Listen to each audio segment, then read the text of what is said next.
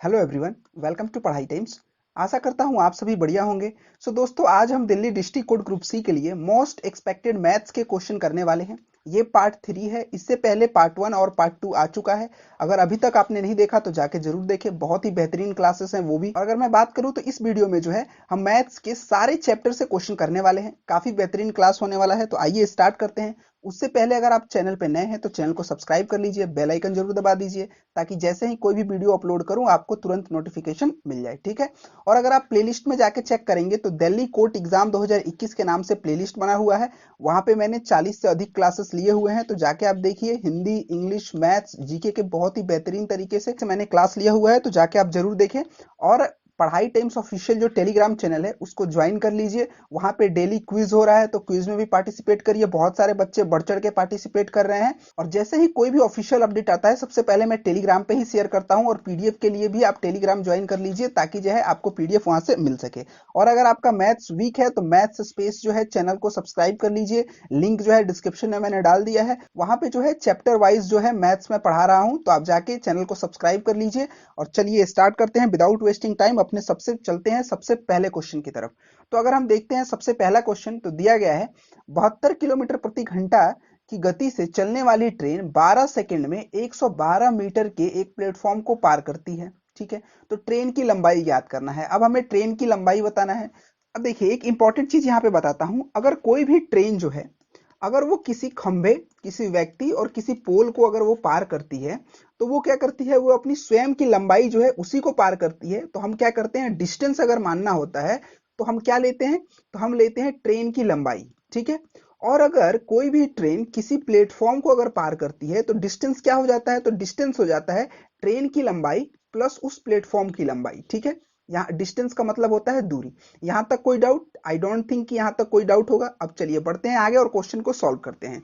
तो क्वेश्चन दिया गया है 72 किलोमीटर प्रति घंटा की गति से चलने वाली ट्रेन, यानी ट्रेन की जो स्पीड दी गई है, ये क्या दिया गया है, अगर ट्रेन की स्पीड की हम बात करें तो ये दिया गया है 72 किलोमीटर प्रति घंटा। ठीक है। और वो 12 सेकंड में, यानी कि टाइम उसका कितना ले रही है, टाइम ले रही है 12 सेकंड। ठीक है। 12 सेकंड में कितने मीटर प्लेटफॉर्म को पार कर जा रही है, तो प्लेटफॉर्म की भी लंबाई दिया हुआ है यहाँ पे, कितना मीटर, 112 मीटर। तो पूछा क्या है, ट्रेन की लंबाई बताना है। ठीक है। तो इसके लिए हम सिंपली यहाँ पे फॉर्मूला फिट करते हैं, distance equal to speed into time, यानी कि दूरी बराबर चाल गुणे समय। अब देखिए, यहाँ पे मैंने दूरी के लिए आपको क्या बताया था, डिस्टेंस के लिए। डिस्टेंस क्या होता है, अगर वो प्लेटफॉर्म को कोई भी ट्रेन पार करे तो प्लेटफॉर्म की लंबाई और प्लस उस ट्रेन की लंबाई, तो यहाँ पे डिस्टेंस क्या हो जाएगा, डिस्टेंस हो जाएगा प्लेटफॉर्म की लंबाई प्लस ट्रेन की लंबाई बराबर स्पीड कितना है, तो स्पीड है 72 किलोमीटर प्रति घंटा। ठीक है। और उसके बाद बात करें तो टाइम कितना है, तो टाइम है 12 सेकंड। ठीक है। अब अगर हम देखेंगे तो 112 मीटर प्लेटफॉर्म की लंबाई है, तो प्लेटफॉर्म की लंबाई हमने यहाँ पे रख दिया 112 मीटर प्लस ट्रेन की लंबाई। ठीक है। बराबर 72 किलोमीटर प्रति घंटा है। तो देखिए, किलोमीटर प्रति घंटा है और यहाँ पे है 12 सेकंड, तो हम इसको चेंज करेंगे, किस में चेंज करेंगे, मीटर प्रति सेकंड में चेंज करेंगे। तो इसके लिए हम क्या करते हैं, 5/18 से गुणा करते हैं। अब देखिए, अगर किलोमीटर प्रति घंटा को मीटर प्रति सेकंड में चेंज करना हो तो आप 5/18 से उसमें गुणा करेंगे। और अगर मीटर प्रति सेकंड से किलोमीटर प्रति घंटा में चेंज करना हो तो 18/5 से गुणा करेंगे। ये उल्टा हो जाता है। ठीक है। ये आप समझ गए। चलिए अब यहाँ पे हम इसको सॉल्व करते हैं। तो अब यहाँ पे हो गया 12 सेकंड। ठीक है। ठीक है। अब यहाँ से सॉल्व करेंगे तो 18 चौक 72। ठीक है। और क्या हो गया, 5 चौक के 20 और 12 दूनी 24, यानी कि 240 आ गया। तो यहाँ पे है 112 मीटर प्लस ट्रेन की लंबाई बराबर 240। तो अब यहाँ से ट्रेन की अगर हमें लंबाई निकालनी होगी तो क्या करेंगे, इधर से इसको माइनस में यहाँ पे आ जाएगा। तो 240 माइनस 112 क्या हो जाएगा, ये हो जाएगा 8, ये हो जाएगा 2 और ये हो जाएगा 1, यानी कि 128 मीटर यहाँ पे हमारा निकल के आ गया आंसर। क्या, ट्रेन की लंबाई। ऑप्शन नंबर बी जो है बिल्कुल सही है। ठीक है। यहां तक कोई डाउट? चलिए बढ़ते हैं अगले क्वेश्चन की तरफ। चलते हैं, अगला क्वेश्चन देखते हैं। अगला क्वेश्चन दिया गया है, ये है रेशियो से। ठीक है। यानी कि अनुपात समानुपात से क्वेश्चन लिया गया है। ठीक है।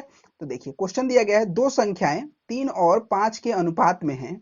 यदि 12 को दोनों संख्याओं में जोड़ा जाता है तो अनुपात 5:7 हो जाता है। तो दी गई संख्याओं का योग है। अब जो ये संख्याएं दी गई हैं, तो संख्या क्या दिया गया है, संख्या दिया गया है 3:5। ठीक है। तो इसको हम लिख सकते हैं 3x/5x। ठीक है। और अनुपात का मतलब क्या होता है, इसका मतलब क्या होता है, बट्टा ही तो होता है ना। अनुपात का मतलब, रेशियो का मतलब क्या होता है, बट्टा में होता है, तो इसको हम लिख लेते हैं 3x बट्टा 5x। ठीक है, और बराबर में क्या है, इसमें क्या जोड़ा जा रहा है, 12 दोनों संख्याओं में जोड़ा जा रहा है, तो ऊपर भी 12 जोड़ा जा रहा है और नीचे भी 12 जोड़ा जा रहा है। ठीक है, और ये दोनों जब 12 जोड़ते हैं तो अनुपात क्या आ जाता है, जो नया अनुपात निकल के आता है, ये अनुपात निकल के आ रहा है 5:7।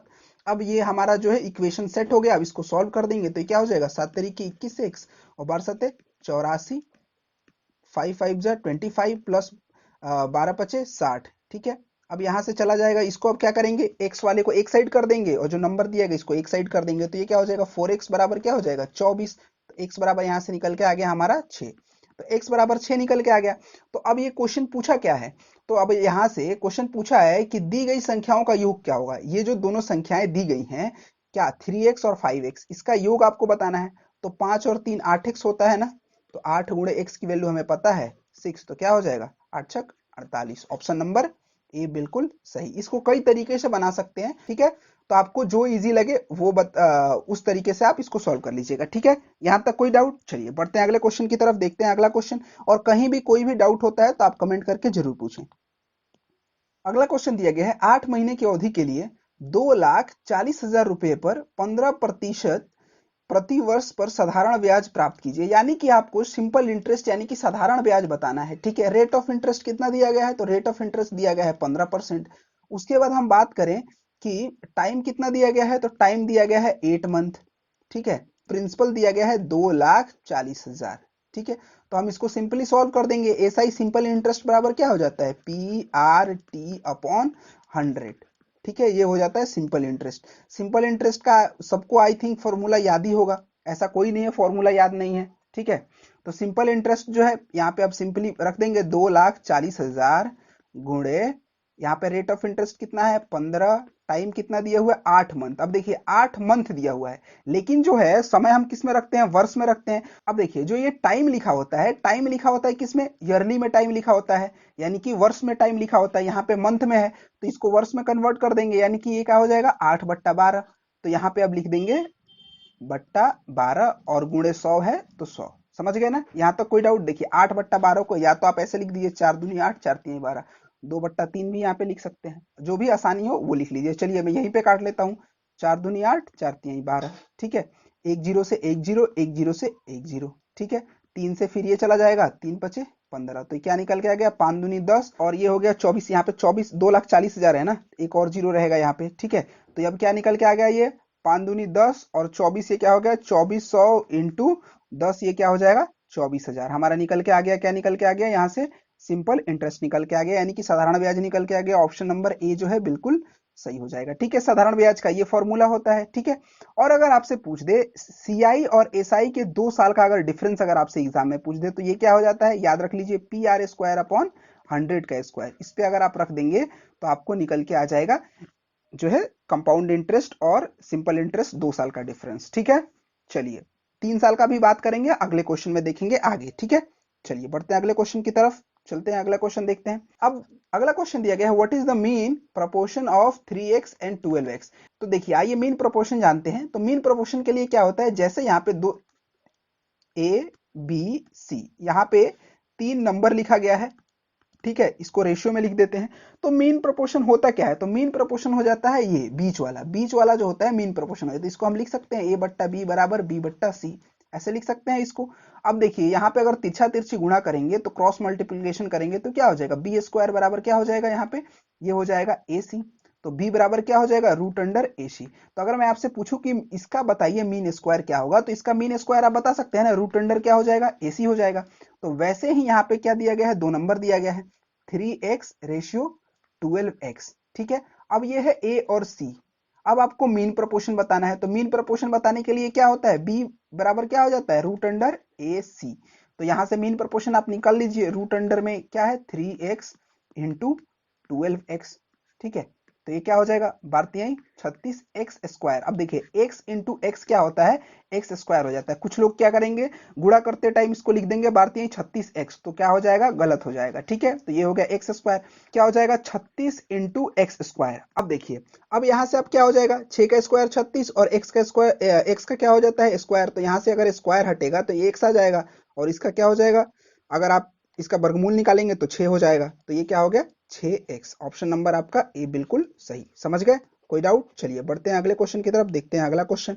तो देखिए इस क्लास में हम मैक्सिमम टू मैक्सिमम क्वेश्चन करने के लिए जो है ट्राई करेंगे, तो इसलिए जो है क्लास थोड़ी स्पीड में चलने वाली है, तो घबराने की जरूरत नहीं है। आप क्लास को एंजॉय करिए और अपने एग्जाम जो है उसकी प्रिपरेशन आपने कर रखी है, ये रिवीजन क्लास है, आप अच्छे से रिवीजन करिए। ठीक है, चलिए बढ़ते हैं अगले क्वेश्चन की तरफ। अगला क्वेश्चन दिया गया है 3 पाइप 10 घंटे में एक टैंक खाली कर सकता है। यानी कि 3 पाइप है, वो एक टैंक को जो है 10 घंटे में खाली कर सकता है। ठीक है, 2 घंटे में टैंक को खाली करने के लिए कितने पाइपों की आवश्यकता है? अब एक जो पाइप है, यानी कि ये 3 पाइप है, ठीक है, 3 पाइप किसी भी टैंक को कितने घंटे में खाली कर सकता है? 10 घंटे में खाली कर सकता है। ठीक है, यानी कि 10 आवर में ये खाली कर दे रहा है। और कह रहा है कि 2 घंटे में, यानी कि 2 घंटे में कितने पाइप की आवश्यकताएं होंगी? तो 2 घंटे में कितने पाइप की आवश्यकता होंगी? तो यहां से देखिए 2 पचे 10 और 3 पचे 15, यानी कि 2 घंटे में कितने पाइप की आवश्यकता होंगी? 15 पाइप की आवश्यकता होंगी। ऑप्शन नंबर आपका क्या सही हो जाएगा? Option number D. अब मैं बात करूं तो कितने सेकंड का सवाल था? ये 2 सेकंड का सवाल था। पढ़ने में आपको जितना टाइम लगा हो, ऐसे ही क्वेश्चन आपके एग्जाम में भी देखने को मिलने वाले हैं। ठीक है, इतने इजी इजी क्वेश्चन आपके एग्जाम में देखने को मिलेंगे। ठीक है, चलिए बढ़ते हैं अगले क्वेश्चन की तरफ। अगला क्वेश्चन दिया गया है 41,116 में वह कौन सी सबसे छोटी संख्या जोड़ी जानी चाहिए ताकि वह योग 8 से पूर्णतः विभाजित हो जाए? ठीक है, अब जो 41,116 है, ठीक है, इसमें कह रहा है कौन सी छोटी संख्या जोड़ी जाए। इसमें क्या छोटी संख्या जोड़ी जाए ताकि यह योग 8 से पूर्णतः विभाजित हो जाए? यानी कि 8 से अगर इसको भाग दिया जाए तो यह पूरी तरह से डिविजिबल हो जाए। ठीक है, अब इसको क्या करना है? इसको सिंपली भाग दे देना है। अब देखिए 8 से अगर मैं भाग दे दूंगा तो क्या हो जाएगा? ये हो जाएगा यहाँ पे 40, यहाँ पे हो गया 11, ये हो गया 8, यहाँ पे हो गया 3, यहाँ पे हो गया 1, 8 तरीका 24, ये क्या हो गया 7, ये हो गया 6, तो ये यहाँ पे क्या हो गया ये? तो 8 9 72, यानी कि 72। शेषफल क्या आ जा रहा है? रिमाइंडर की बात करो तो रिमाइंडर 4 आ जा रहा है। लेकिन हमें क्या होना चाहिए? यह योग 8 से पूर्णतः विभाजित हो जाए। तो हमारा तो यहाँ पे रिमाइंडर 4 आ जा रहा है, तो यहाँ पे क्या जोड़ा जाए कि ये 8 से पूरा विभाजित हो जाएगा? तो यहाँ पे अगर हम 4 और जोड़ देंगे तो 4 4 क्या हो जाएगा? 8 हो जाएगा ना, तो 8 से तो बिल्कुल विभाजित हो जाएगा। तो यहाँ पे हमारा ऑप्शन नंबर क्या हो जाएगा? ए सही हो जाएगा बिल्कुल। यहाँ पे अगर आपको समझ नहीं आया तो यहाँ से देखिए समझिए, अगर आप इस संख्या में भाग देंगे 8 से, तो जो भी आपका रिमाइंडर आ रहा है, ठीक है, यानी कि यहाँ पे 76 लास्ट में बच गया। ठीक है, तो यहाँ पे 76 ना बच के 80 होना चाहिए हमारा, तभी तो ये भाग जाएगा। 76 तो भाग जाएगा नहीं 8 से, तो 80 होना चाहिए। तो इसमें कितना ऐड करेंगे कि 80 हो जाएगा? 76 से इसमें कितना नंबर ऐड करेंगे कि 80 हो जाएगा? तो 4 ऐड करेंगे तो 80 हो जाएगा। तो हमारा क्या आ गया? ये आ गया 4। अगर आपसे यहीं पे क्वेश्चन पूछ देता कि क्या वह छोटी से छोटी संख्या क्या घटाई जानी चाहिए ताकि यह योग 8 से पूर्णतः विभाजित हो जाए, तो अगर आपसे घटाने के लिए पूछता तो भी क्या होता? 76 है, इसमें भाग तो लगेगा नहीं, कितने में भाग लगेगा?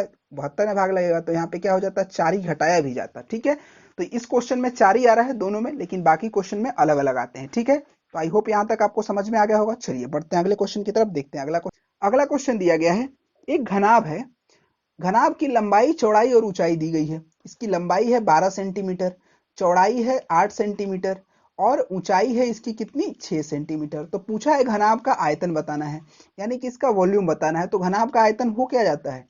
अगर घनाभ की आयतन की बात करें तो ये होता है लंबाई गुणे चौड़ाई गुणे ऊंचाई। तो ये क्या हो गया? 12 गुणे 8 गुणे 6। ठीक है, तो क्या हो जाएगा? 12 बटे 96 इंटू 6, तो ये क्या हो जाएगा? ये हो जाएगा आपका 576। ऑप्शन नंबर सी बिल्कुल सही। ठीक है, कोई डाउट? चलिए बढ़ते हैं अगले क्वेश्चन की तरफ। ऐसे ही आपको सिंपल क्वेश्चन देखने को मिलेंगे आपके एग्जाम में। चलिए अगला क्वेश्चन दिया गया है सॉल्व। ये क्वेश्चन को आपको सॉल्व करना है। ठीक है, सिंप्लीफिकेशन का क्वेश्चन है। तो इस क्वेश्चन को सॉल्व करने के लिए आपको याद होना चाहिए बोर्ड मास। अब बोर्ड मास याद अगर आपको रहेगा तो इस क्वेश्चन को आप इजीली सॉल्व कर सकते हैं। बी से क्या हो जाता है? ब्रैकेट, ओ से ऑफ, डी से डिवीजन, एम से मल्टीप्लिकेशन, ए से एडिशन, एस से सब्सट्रैक्शन। यानी कि पहले आपको ब्रैकेट सॉल्व करना है, फिर आपको क्या सॉल्व करना है? ऑफ सॉल्व करना है, फिर डिवीजन यानी कि भाग सॉल्व करना है, फिर आपको गुणा करना है, फिर आपको जोड़ सॉल्व करना है, फिर आपको घटाव करना है सबसे लास्ट में। ठीक है, तो चलिए आइए सॉल्व करते हैं। सबसे पहले हम ब्रैकेट इसका सॉल्व करते हैं। तो यहाँ पे हमने लिख दिया 108 माइनस 84 माइनस ये क्या हो गया? 4 प्लस 6 इंटू, अब यहाँ पे इसको पहले हम सॉल्व करेंगे छोटा वाला जो ब्रैकेट है, तो 3 में से 2 जाएगा तो ये क्या हो जाएगा? 1 हो जाएगा। ठीक है, अब यहाँ पे इसको हम सॉल्व करेंगे, जो मझला ब्रैकेट है इसको सॉल्व करेंगे तो क्या हो जाएगा, 6 इंटू 6 और 4 10, तो ये क्या हो गया 10। अब यहाँ पे जो बड़ा ब्रैकेट है उसको सॉल्व करेंगे। ठीक है, देखिए कैसे सॉल्व कर रहा हूँ, ऐसे ही आपको भी एग्जाम में सॉल्व करना है, काफी लोगों को इजी क्वेश्चन ये लगता है। ठीक है, तो अब यहाँ पे माइनस करेंगे तो क्या हो जाएगा, 74 माइनस 108, तो क्या हो जाएगा 4 और ये हो जाएगा 3, यानी कि ऑप्शन नंबर आपका क्या आ गया, ऑप्शन नंबर बी बिल्कुल सही, 34 इसका आंसर आएगा। ठीक है, कोई डाउट? चलिए बढ़ते हैं अगले क्वेश्चन की तरफ। ऐसे क्वेश्चन के लिए सिंप्लीफिकेशन का कितना बड़ा भी क्वेश्चन रहे, आप बोर्ड मास याद रखिए, यहां से आपको सॉल्व हो जाएंगे। ठीक है, चलिए अगला क्वेश्चन देखते हैं। अगला क्वेश्चन है, एक धनराशि ने 3 वर्ष में साधारण ब्याज पर 450 रुपये ब्याज दिया। ठीक है, जब 5 वर्ष के लिए समान राशि निवेश की जाए तो साधारण ब्याज ज्ञात करें। यानी कि कोई भी धन है, मान लीजिए कि धन ये प्रिंसिपल क्या है, पी है, 3 वर्ष में कितना ब्याज दे रहा है, तो 3 वर्ष में जो है इसने 450 रुपए का ब्याज दिया। अब देखिए साधारण ब्याज, सिंपल इंटरेस्ट का क्वेश्चन है। अब यहां से समझिए, आपने अपने दोस्त को 100 रुपया दिया और बोला कि सुनो मैं 10% जो है ब्याज लूंगा हर साल का। ठीक है, अब आपका अगर दोस्त 3 साल बाद अगर वो पैसे लौटाता है तो कितना पैसे लौटाएगा, तो 100 रुपए का पहले साल में 10% आप ब्याज लेंगे तो कितना हो जाएगा, 100 रुपए का अगर 10% देखेंगे तो कितना हो जाएगा, 10 रुपया हो जाएगा। तो पहले साल में आपने लिया 10 रुपये ब्याज, दूसरे साल में भी कितना आप ब्याज लेंगे, दूसरे साल में भी आप 10 रुपये ब्याज ले रहे हैं तो कितना हो जाएगा, दूसरे साल में भी 10 रुपये हो जाएगा, और तीसरे साल में भी अगर आप ब्याज लेंगे 10% तो कितना हो जाएगा, ये भी हो जाएगा 10। यानी कि अगर आप देखते हैं तो 3 साल बाद वो आपको कितना रुपए लौटा रहा है, 100 रुपया, तो 100 रुपये लौटाएगा जो 100 रुपये आपसे लिया था, और ब्याज के रूप में आपको 30 रुपया एक्स्ट्रा लौटा रहा है ना, तो ये क्या निकाले, आपको 130 रुपये लौटा रहा है। तो यहां से हमने देखा कि सिंपल इंटरेस्ट जो होता है, हर साल का जो ब्याज होता है वो सेम ही होता है। यानी देखिए पहले साल में 10, दूसरे साल में 10, तीसरे साल में 10, यानी कि हर साल का जो ब्याज है वो बिल्कुल आपको कितना सेम ही मिला। ठीक है, तो अब देखिए, अब यहां से आपको क्लियर हो जाएगा। आइए अब क्वेश्चन समझते हैं। ठीक है, चलिए अब देखिए, यहाँ पे 3 साल का ब्याज कितना दिया गया है, तो 3 साल का अगर ब्याज की बात करें तो 3 साल का ब्याज है 450 रुपए, तो 1 साल का हम यहाँ से ब्याज निकाल सकते हैं। कैसे निकाल सकते हैं, क्योंकि जो ब्याज होता है सिंपल इंटरेस्ट में ये सेम ही होता है, तो यहाँ पे 450/3, 1 साल का अगर हमने ब्याज देखा तो कितना निकल के आ गया, 150 रुपये आ गया। ठीक है, अब 1 साल का ब्याज तो निकल के आ गया 150 रुपये, तो आपसे पूछा क्या है कि जब 5 वर्ष के बाद समान राशि निवेश की जाए तो साधारण ब्याज ज्ञात कीजिए। तो 5 वर्ष बाद, 1 वर्ष का अगर आपको 150 रुपया है तो 5 वर्ष बाद कितना हो जाएगा, तो इंटू 5 कर देंगे तो 15 बचे 75, 750 रुपये आपका आ गया ऑप्शन नंबर ए बिल्कुल सही। ठीक है, इसको बहुत अगर आप नॉर्मल विधि से करेंगे तो काफी लंबा टाइम लगने वाला है। ठीक है, बहुत लंबा प्रोसेस है, लेकिन आपको ऐसे सॉल्व करना है। सिंपल इंटरेस्ट में जो ब्याज होता है, जितने भी ईयर होगा सबका ब्याज सेम होता है। तो 3 साल का था तो यहाँ पे 3 कर दिया, 150 आ गया। अब पूछा है 5 साल का, तो 5 साल का इंटू 5 कर दीजिए, 750 आपका आंसर आ गया। ठीक है, चलिए बढ़ते हैं अगले क्वेश्चन की तरफ, देखते हैं अगला क्वेश्चन। अगला क्वेश्चन दिया गया है, वह छोटी से छोटी संख्या जिसे 12, 18, 20 और 60 से विभाजित करने पर प्रत्येक स्थिति में शेषफल 5 बचता है। तो अब देखिए, छोटी से छोटी संख्या निकालनी है तो इसके लिए क्या करना होता है, इसके लिए एलसीएम लेना होता है। तो 12, 18, 20 और 60 का अगर हम एलसीएम यहाँ पे निकालेंगे तो क्या हो जाएगा, चलिए निकाल के देखते हैं। 12, 18, 20 और 60 का एलसीएम, तो अगर हम यहाँ से एलसीएम निकालेंगे तो ये निकालेंगे तो क्या हो जाएगा, 6, 9, 10, 30। ठीक है, उसके बाद यहाँ से कर लेंगे 3 दूने 6, तितरी के 9, ये हो जाएगा 10 और ये हो जाएगा 10। ठीक है, फिर यहाँ से हम 2 से कर लेंगे, 2 एकम 2, 3, 5, 5। ठीक है, उसके बाद यहाँ से कर लेंगे तो ये क्या हो जाएगा, 5, 1, 5। ठीक है, तो अब यहाँ से कर लेते हैं, देख लेते हैं। ठीक है, चलिए अब यहाँ पे मल्टीप्लाई करते हैं, 2 तिहाई 6, 6 पचे 30, दूनी 60 और 60 तिरिका 180, यानी कि यहाँ से हमारा एलसीएम निकल के आ गया 180। ठीक है, 180 हमारा एलसीएम निकल के आ गया। अब देखिए एलसीएम निकालने की कई विधि हैं, बट मैं आप लोग को अभी जो है सबसे बेसिक चीज सिखाऊंगा, क्योंकि आपका एग्जाम जो है बहुत नजदीक है, कल एग्जाम ही है आपका। तो अगर अभी आप नया कुछ सीखेंगे तो आपके दिमाग में स्टोर नहीं कर पाएगा। ठीक है, तो आपको जो विधि आता है उस विधि से जो है एलसीएम निकालिए। ठीक है, अब देखिए, अगर मैं बात करूं कि 12, 18, 20 और 60 से विभाजित होने वाली सबसे छोटी संख्या कौन सी होगी जिसमें कुछ भी शेषफल नहीं बचेगा, तो वो होगी 180। यानी कि 180 जो होगा ये वो संख्या होगी कि अगर आप किसी भी नंबर से इसमें भाग देंगे तो शेषफल कुछ नहीं बचेगा, रिमाइंडर कुछ नहीं बचेगा। तो अब कह रहा है लेकिन प्रत्येक स्थिति में रिमाइंडर 5 बचना चाहिए, तो 5 बचना चाहिए तो इसमें 5 ऐड कर देंगे तो 185 हो जाएगा। अब 185 में कुछ से किसी भी नंबर से इसमें भाग देंगे तो शेषफल तो 5 ही बचेगा, क्योंकि 180 में भाग देने पे सारे जो नंबर से अगर भाग दे रहे हैं तो शेषफल क्या बच रहा है, 0 बच रहा है। तो हमारा ऑप्शन नंबर क्या हो जाएगा, ऑप्शन नंबर ए हो जाएगा 185। ठीक है, कोई डाउट? चलिए बढ़ते हैं अगले क्वेश्चन की तरफ, देखते हैं अगला क्वेश्चन। अगला क्वेश्चन दिया गया है, दो संख्याओं का अनुपात 10:7 है। दो संख्याएं हैं, मान लीजिए ए और बी दो संख्याएं हैं, इनका अनुपात दिया गया है 10:7 है। कह रहा है उनका अंतर 105 है। अब इन दोनों का जो अंतर है, रेशियो में देखेंगे तो रेशियो कितना है, 3 है, लेकिन कह रहा है कितना है, 105 है। इससे कितने गुना ज्यादा है, तो इससे कितने गुना ज्यादा है, 35 टाइम ज्यादा है। 35 टाइम ज्यादा है ना 105। तो अब कह रहा है इन संख्याओं का योग क्या होगा, तो इन संख्याओं का योग अगर हम देखते हैं तो क्या हो रहा है, 10 और 7 17 हो रहा है। तो इससे कितना टाइम ज्यादा हो जाएगा, 35 टाइम ज्यादा हो जाएगा। अब इससे मल्टीप्लाई कीजिए, 17 पचे 85, 5 8 लिया, 17 तिया 51, 8 59, ये कितना आ गया 595। ऑप्शन नंबर डी आपका बिल्कुल सही। समझ गए? कितना सेकंड लगा, 2 सेकंड में आप इस ऐसे क्वेश्चन को सॉल्व कर सकते हैं। अगर आप लंबा विधि से जाएंगे तो काफी टाइम लगेगा। तो एग्जाम के लिए ये विधि जो है सबसे बेस्ट है। समझ गए? चलिए बढ़ते हैं अगले क्वेश्चन की तरफ, देखते हैं अगला क्वेश्चन।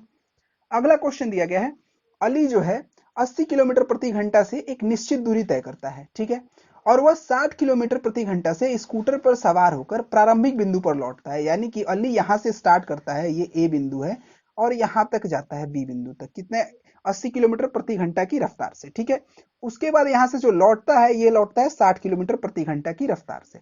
तो एवरेज स्पीड आपको बताना है। तो एवरेज स्पीड के लिए क्या हो जाता है, इसके लिए फॉर्मूला होता है सबसे बेस्ट 2xy बट्टा x प्लस वाई। ये याद कर लीजिए, हो गया। x यहाँ पे कितना दिया हुआ है, 80 दिया हुआ है, 2 गुणे 80, एक्स वाई कुछ भी मान सकते हैं। ठीक है, 2 गुणे 80 गुणे 60 बट्टा यहाँ पे 80 प्लस 60, हो गया आपका आंसर निकल के आ गया यहाँ पे। तो इसको अपना सिंपल सॉल्व कर दीजिए, 2 इंटू 80 इंटू 60 अपॉन ये क्या हो जाएगा 140। ठीक है, अब यहाँ से इसको सॉल्व कर दीजिए, ये क्या हो जाएगा, 2 से ये चला जाएगा तो ये हो जाएगा 70, एक जीरो से ये एक जीरो चला गया तो ये क्या हो गया 8 छक 48, 480 बट्टा 7। अब इसको सिंपली भाग दे देंगे तो 7 छक 42 और 7 अठे 56, 68। अब दशमलव में आएगा तो ऑप्शन में एक ही दिख रहा है, तो ऑप्शन नंबर बी हमारा सही। आगे सॉल्व करने की जरूरत ही नहीं है, 68 यहीं पे आ गया। ठीक है, देखिए ऐसे क्वेश्चन को आप ऑप्शन, देखिए ऑप्शन इसलिए दिया होता है ना ताकि जो आपका टाइम बचे। तो क्वेश्चन को सॉल्व करते हुए ऑप्शन पे भी ध्यान दीजिए। अगर 2 अंक यहाँ पे आ गया तो दशमलव में निकालने की जरूरत ही नहीं है हमें। समझ गए? चलिए बढ़ते हैं अगले क्वेश्चन की तरफ। तो इसको याद रखिए 2xy बट्टा x प्लस वाई, अगर आपसे एवरेज स्पीड निकालने के लिए पूछे। ठीक है, चलिए अगला क्वेश्चन देखते हैं। तो देखिए आज के लिए इतने ही क्वेश्चंस थे। आई होप आपको क्लास अच्छी लगी। क्लास अच्छी लगी तो वीडियो को लाइक जरूर करिए और क्लास को ज्यादा से ज्यादा शेयर करिए। कोई भी डाउट होता है तो कमेंट करिए, और अब तक के लिए आप लोग खुश रहिए, मुस्कुराते रहिए, and see you in the next video.